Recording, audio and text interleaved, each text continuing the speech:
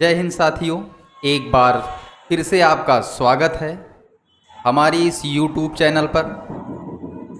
आज हम आरंभ करने जा रहे हैं आपके एक दिवसीय प्रतियोगी परीक्षाओं को ध्यान में रखते हुए अपने पाठ्यक्रम में पहला अध्याय, पहला शीर्षक जो कि है आपकी द्रव्य की अवस्थाएं।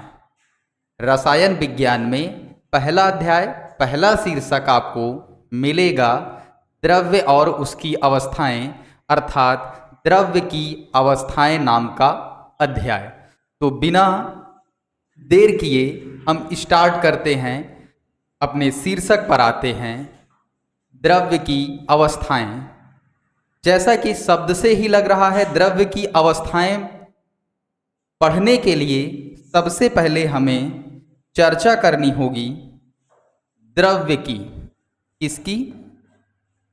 द्रव्य, जिसको हम पदार्थ भी कहते हैं। द्रव्य या पदार्थ, याद रखेंगे, द्रव्य या पदार्थ दोनों एक ही नहीं कहे जा सकते हैं। द्रव्य तब कहेंगे जब किसी वस्तु का, किसी भी चीज का बहुत ही बड़ा परिपेक्ष होगा, बहुत ही बड़ी अमाउंट में होगा और उसका एक कोई भाग हम पदार्थ कह सकते हैं। जैसे नदी में उपस्थित संपूर्ण जल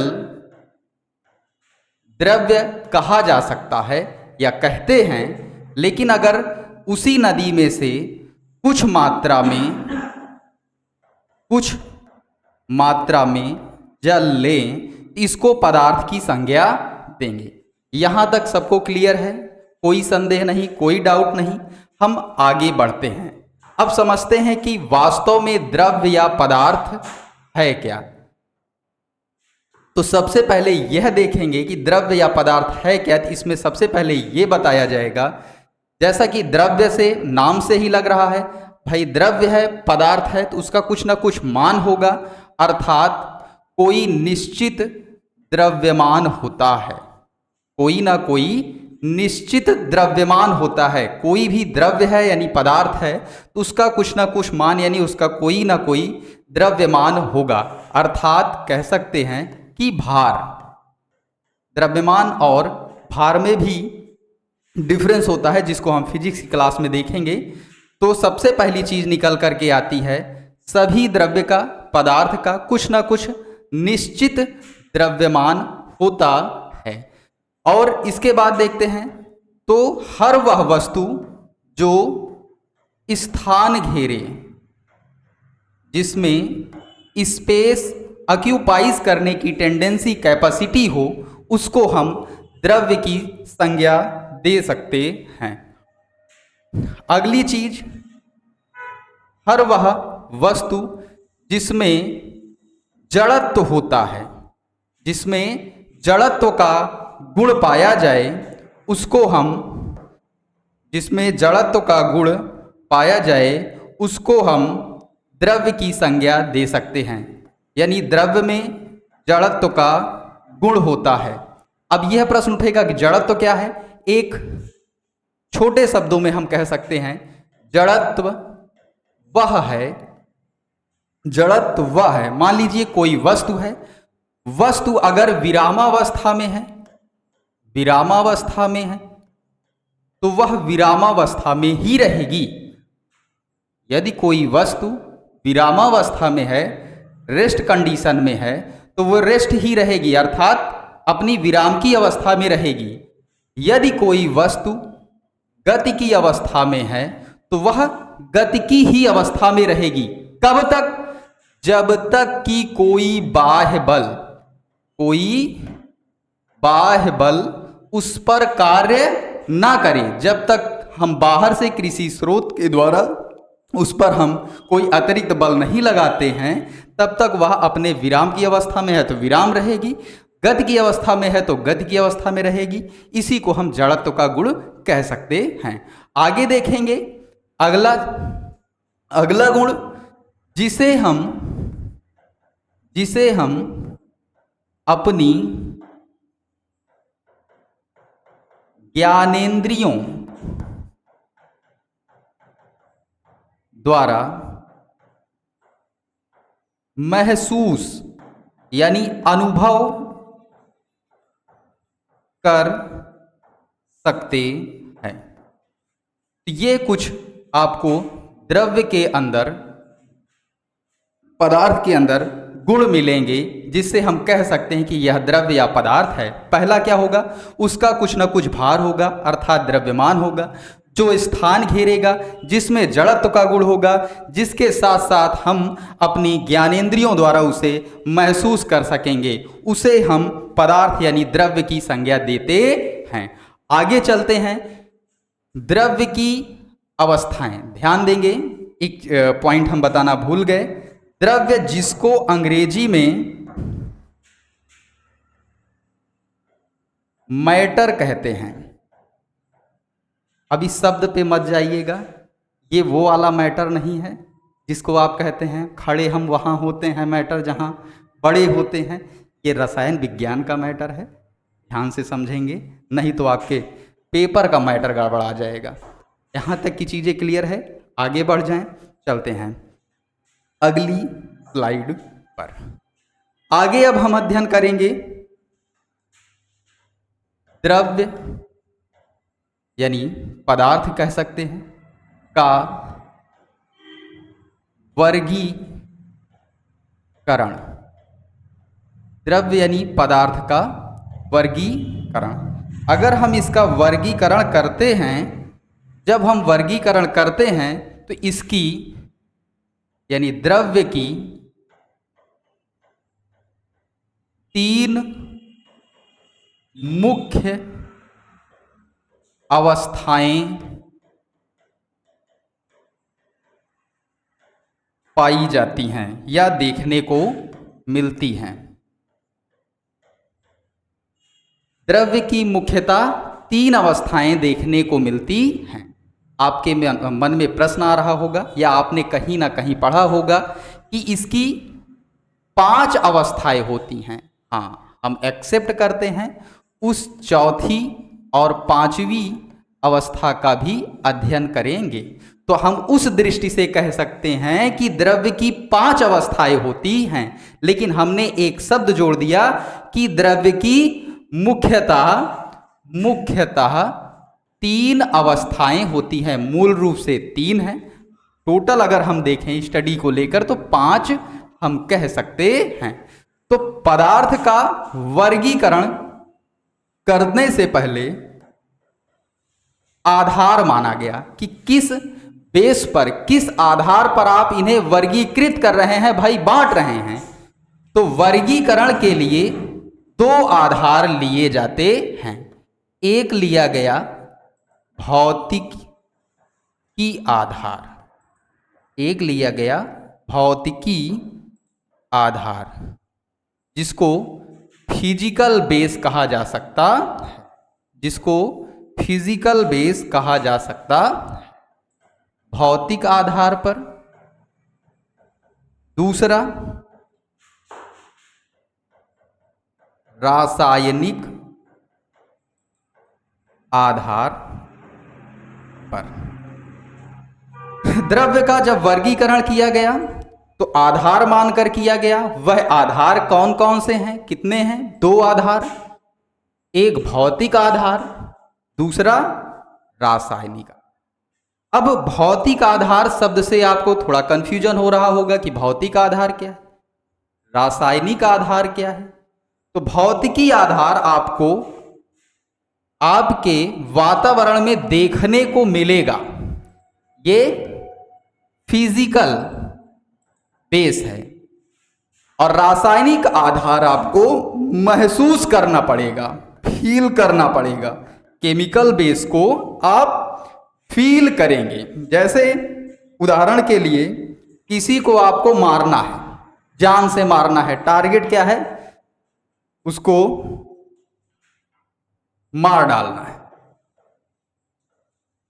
तो आपके पास हम कहते हैं दो तरीके हैं। कितने तरीके हैं? दो। एक फिजिकल बेस है, एक केमिकल बेस है। ले एक ठबर जो है बड़ा सा बांस हुमच दो, कपार फूट गया, मर मुरा गया। ये क्या हो गया? फिजिकली हमला कर दिए, तो फिजिकल बेस कहा गया।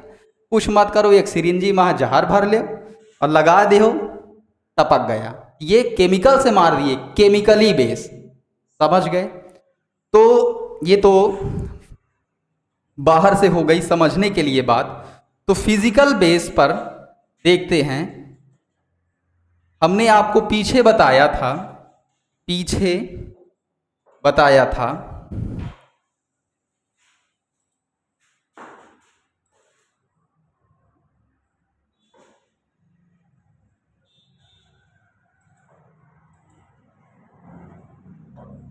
कि जो द्रव्य है,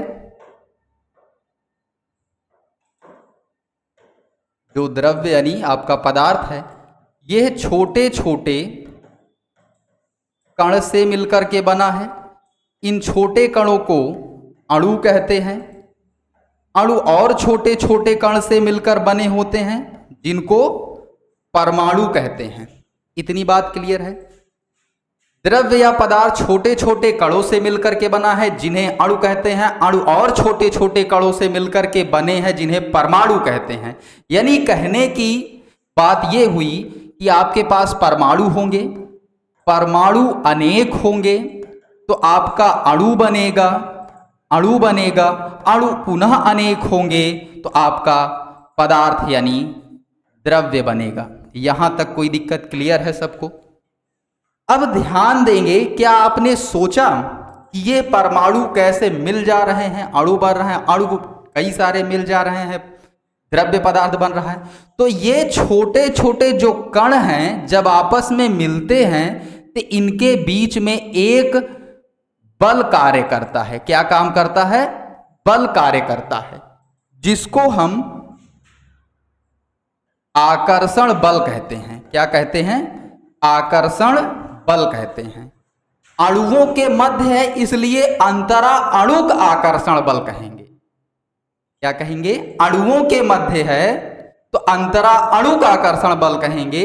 और फिजिक्स के रिगार्डिंग अगर थोड़ा सा देखें तो आप ध्यान देंगे, एक होता है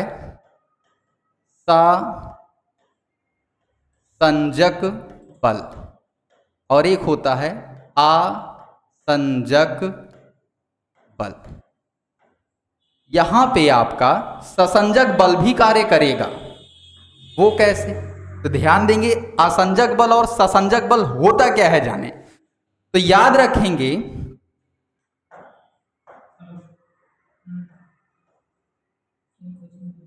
असमान प्रकार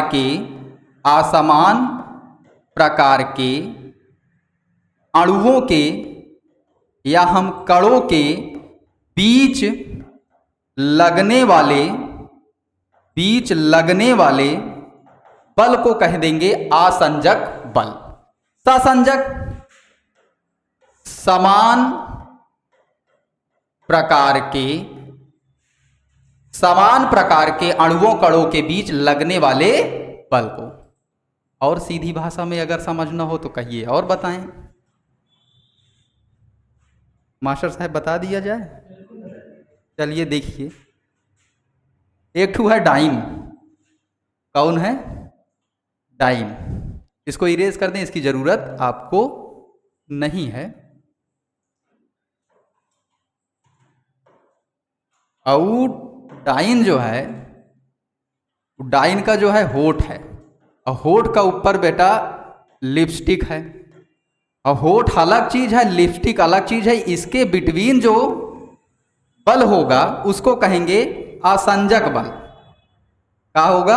असंजक बल। अब तो फरिया गया भाई साहब, ये अब न फरियाया। आई हो अब तो जान ही गए होगे, समझ गए होगे। आगे बढ़ जाएं। ससंजक, ध्यान दिए, एक कई घंटा में लिपस्टिक गायब, ओकरे ऊपर से एक फेरा और मरलेस, फिर ओकरे ऊपर से एक फेरा और, ओकरे ऊपर से एक फेरा और। तो फेरा के बिटवीन जो फोर्स ऑफ अट्रैक्शन है, जो आकर्षण बल है, वो है ससंजक बल। आई होप अब तो समझ ही गए होंगे असंजक ससंजक। अब आगे चलते हैं, यहाँ पर देखते हैं, यहां समझेंगे ससंजक असंजक को लेकर के।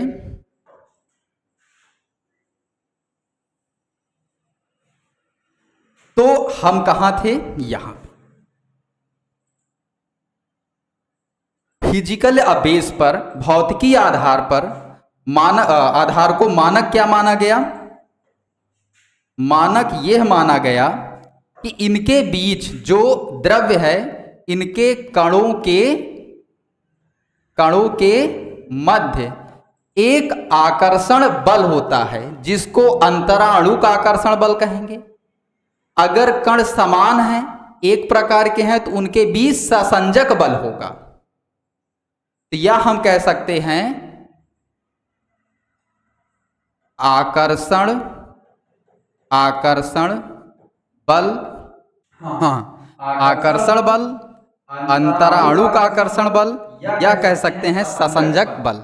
इनको ध्यान में रखते हुए भौतिकी आधार पर वस्तुओं को, द्रव्य को निम्न प्रकार वर्गीकृत किया गया। ध्यान देंगे, पहली अवस्था द्रव्य की होगी ठोस अवस्था, जिसको अंग्रेजी में सॉलिड कहेंगे। दूसरी होगी द्रव अवस्था। ध्यान देंगे, द्रव्य का एक रूप होता है द्रव, जिसको अंग्रेजी में लिक्विड कहेंगे। तीसरी होगी गैसीय या गैस अवस्था, जिसको अंग्रेजी में गैस ही कहेंगे। तो पदार्थ की मुख्यतः तीन अवस्थाएं, ठोस, द्रव, गैस, सॉलिड, लिक्विड और गैस, जिसकी हम बात कर रहे थे। चौथी अवस्था प्लाज्मा होती है।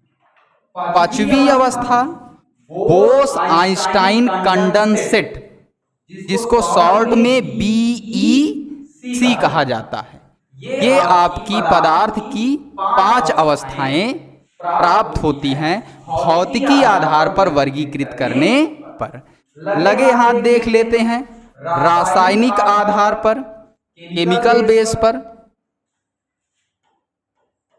रासायनिक आधार पर द्रव्य को पहले 2 भागों में वर्गीकृत किया गया, शुद्ध पदार्थ और अशुद्ध पदार्थ।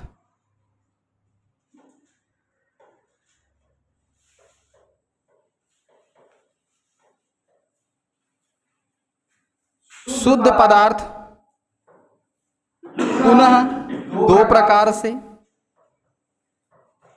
तत्व और यौगिक देखने को मिलते हैं।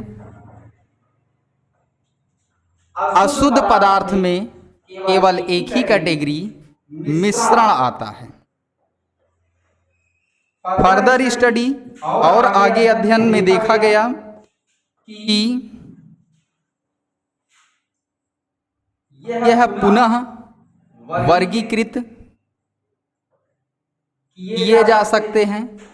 जैसे तत्व को 3 वर्गों में बांटा गया।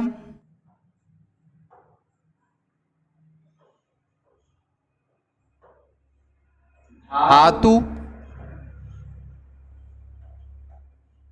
अधातु और उपधातु।